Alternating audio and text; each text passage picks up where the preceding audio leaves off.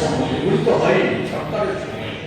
দেখেছেন আপনারা গত ভয়াবহ বন্যা, সে বন্যায় যথাযথ যে ত্রাণ, সেই ত্রাণও সরকারটা করে করে সেখানে সরকার ত্রাণের নামে ব্যাপক দুর্নীতি হয়েছে, দলবাজি হয়েছে। আমি সেগুলিতেও যেতে চাইছি না। আমি বলছি যে সরকার নিজেরা যেটা ঘোষণা করেছে সেটা হচ্ছে কি 17 লক্ষাধিক মানুষ সরাসরি ক্ষতিগ্রস্ত হয়েছে, 15,000 কোটি টাকার মতো ক্ষয়ক্ষতি হয়েছে। অথচ সরকার, কেন্দ্রীয় সরকারের কাছে যখন কংগ্রেস সহ বিরোধী দলগুলি, সরকার বিজেপি বিরোধী দলগুলি জাতীয় বিপর্যয় ঘোষণা দাবি করেছিল, একে উপেক্ষা করে সরকার, হেমন্তরা সরকার যে 7,083.55 কোটি টাকা আর্থিক সহায়তা দিয়েছে। এর মধ্যে শুধু পরিকাঠামো নির্মাণ ক্ষেত্রে প্রস্তাবে রাখা হয়েছে 5,854.83 কোটি টাকায় রাখা হয়েছে পরিকাঠামো নির্মাণের ক্ষেত্রে। অথচ সরকার তাদের হিসাব অনুযায়ী সেখানে 2,13,278 জন কৃষক, তারা সরাসরি ক্ষতিগ্রস্ত হয়েছে, তাদের ফসল সহ 1,30,832 জন মৎস্যজীবী তারা ক্ষতিগ্রস্ত হয়েছে, তাদের যে চাষের মাছ সহ ক্ষতিগ্রস্ত হয়েছে। সেখানে তাদের সাথে ত্রাণ নিয়ে কার্যত রসিকতা করা হয়েছে। কৃষকদের মধ্যে 50% কৃষককে সেখানে 1,000 টাকা করে মাত্র ক্ষতিপূরণের কথা বলা, ক্ষতিপূরণের ব্যবস্থা করা হয়েছে।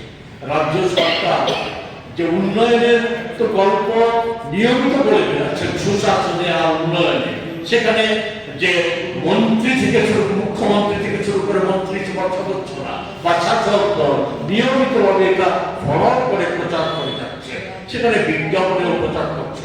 অথচ আমি সম্প্রতি দুটি তথ্য দিয়ে আমার বলা শেষ করব। সেটা হচ্ছে রিজার্ভে, সেখানে কেন্দ্রীয় সরকারের লেবার ব্যুরো ও লেবার জার্নালের সূত্র ধরে রিজার্ভ ব্যাংক একটা সমীক্ষা করেছে। সেই সমীক্ষায় যে আমাদের রাজ্যের, যেখানে বলা হচ্ছে আমাদের রাজ্যের জিডিপি বেড়ে গেছে, মানুষের আর্থিক সংগতি নাকি বেড়ে গেছে, সেখানে আমাদের রাজ্যে যে বড় অংশ শ্রমজীবী মানুষ, তাদের আয় কতটা এসে দাঁড়িয়েছে, তাদের আয় ভারতবর্ষের অন্যান্য রাজ্যের তুলনায় সেখানে তুলনামূলক ছোট্ট চিত্র আমি আপনাদের সামনে তুলে ধরছি। যারা কায়িক শ্রমিক, তাদের মধ্যে নির্মাণ ক্ষেত্রে একজন পুরুষ শ্রমিকের 2023-24 সালের যে রিপোর্ট, সেটাতে দেখা যাচ্ছে আমাদের রাজ্যে 322 টাকা 20 পয়সা গড়। সেক্ষেত্রে জম্মু কাশ্মীরে 552 টাকা 90 পয়সা, হিমাচলে 526 টাকা 90 পয়সা, অন্ধ্রে 524 টাকা 50 পয়সা, আসামে 358 টাকা 40 পয়সা, মেঘালয়ে 388 টাকা 20 পয়সা, মণিপুরে 350 টাকা। আর অকৃষি ক্ষেত্রে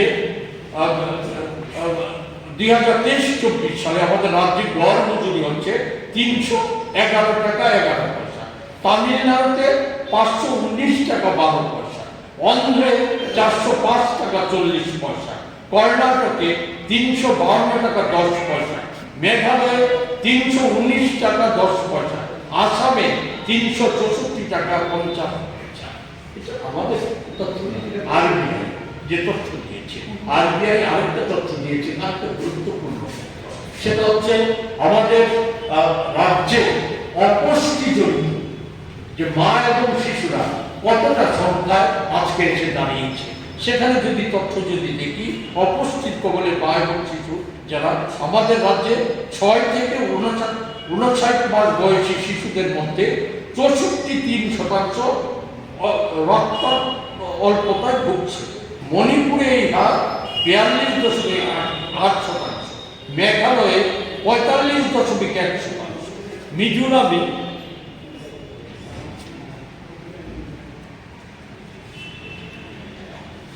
46.1%, নাগাল্যান্ডে 42.3%। আর 15 থেকে 49 বছরের বয়সী মহিলাদের মধ্যে আমাদের রাজ্যে এই হারটা হচ্ছে 61 থেকে 61.5%, মণিপুরে 32.4%, নাগাল্যান্ডে 22.2%, মিজোরামে 34%, মেঘালয়ে 45%। আমি আপনাদের সুবিধার জন্য বলছি, রিপোর্টের এটা হচ্ছে পঞ্চম রাউন্ডের রিপোর্ট। চতুর্থ রাউন্ড যেটা হয়েছিল 2015 এবং 16 সালে, সে সময় আমাদের রাজ্যে 15 থেকে 49 বয়সী মহিলাদের হার ছিল 54.4%। বর্তমানে এর বৃদ্ধি পেয়েছে